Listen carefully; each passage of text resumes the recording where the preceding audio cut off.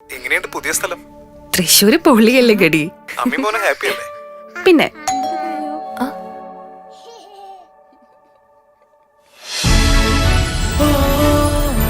Hi. what a surprise. Hello.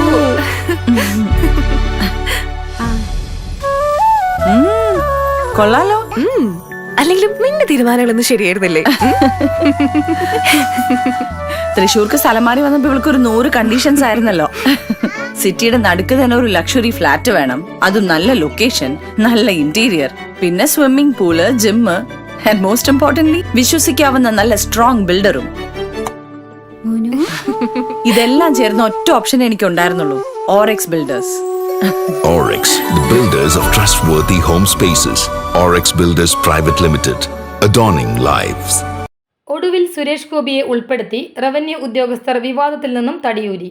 നാളെ വടക്കാഞ്ചേരിയിൽ വെച്ച് നടക്കുന്ന തലപ്പിള്ളി, കുന്നംകുളം എന്നീ താലൂക്കുകളിലെ പട്ടയമേളയോടനുബന്ധിച്ച് സ്ഥാപിച്ച ബോർഡുകളിലും കേന്ദ്രമന്ത്രിയെ ഒഴിവാക്കിയത് വൻ വിവാദമായി. പരിപാടിയിൽ വിശിഷ്ടാതിഥിയായാണ് സുരേഷ് ഗോപിയെ ഉൾപ്പെടുത്തിയിരുന്നത്. പേരും ഫോട്ടോയും ഉൾപ്പെടുത്തുന്ന വിവരം BJP മണ്ഡലം പ്രസിഡന്റ് നിത്യസാഗറിനെ റവന്യൂ അധികൃതർ അറിയിച്ചു. എന്നാൽ ബോർഡുകൾ സ്ഥാപിച്ചപ്പോൾ അതിൽ സുരേഷ് ഗോപിയുടെ ഫോട്ടോ ഉൾപ്പെടുത്തിയിരുന്നില്ല. മുഖ്യമന്ത്രി പിണറായി വിജയൻ, റവന്യൂ മന്ത്രി K Rajan, MP PK Radhakrishnan, MLA മാരായ AC മൊയ്തീൻ, സേവ്യർ ചിറ്റിലപ്പള്ളി, മുരളി പെരുന്നെല്ലി എന്നിവരുടെ ഫോട്ടോയും പേരും ബോർഡുകളിൽ ഉൾപ്പെടുത്തിയിരുന്നു. മന്ത്രി സുരേഷ് ഗോപിയുടെ ഫോട്ടോ ഒഴിവാക്കിയ സംഭവം വിവാദമായതോടെ ഫ്ലക്സ് മാറ്റിയടിച്ച് പ്രദർശിപ്പിക്കുകയായിരുന്നു. പ്രിന്റിംഗിൽ പറ്റിയ പിഴവാണെന്നാണ് റവന്യൂ ഉദ്യോഗസ്ഥർ ആദ്യം പറഞ്ഞത്. എന്നാൽ രാഷ്ട്രീയ താൽപര്യങ്ങൾക്ക് വഴങ്ങി സുരേഷ് ഗോപിയെ മനഃപൂർവ്വം ഒഴിവാക്കിയെന്നാണ് ലഭിക്കുന്ന വിവരം. News desk any time news. കൂടുതൽ വാർത്തകൾക്ക് ഞങ്ങളുടെ ചാനൽ സബ്സ്ക്രൈബ് ചെയ്യുക. ഫേസ്ബുക്ക് ഫോളോ അപ്പ് ചെയ്യുക.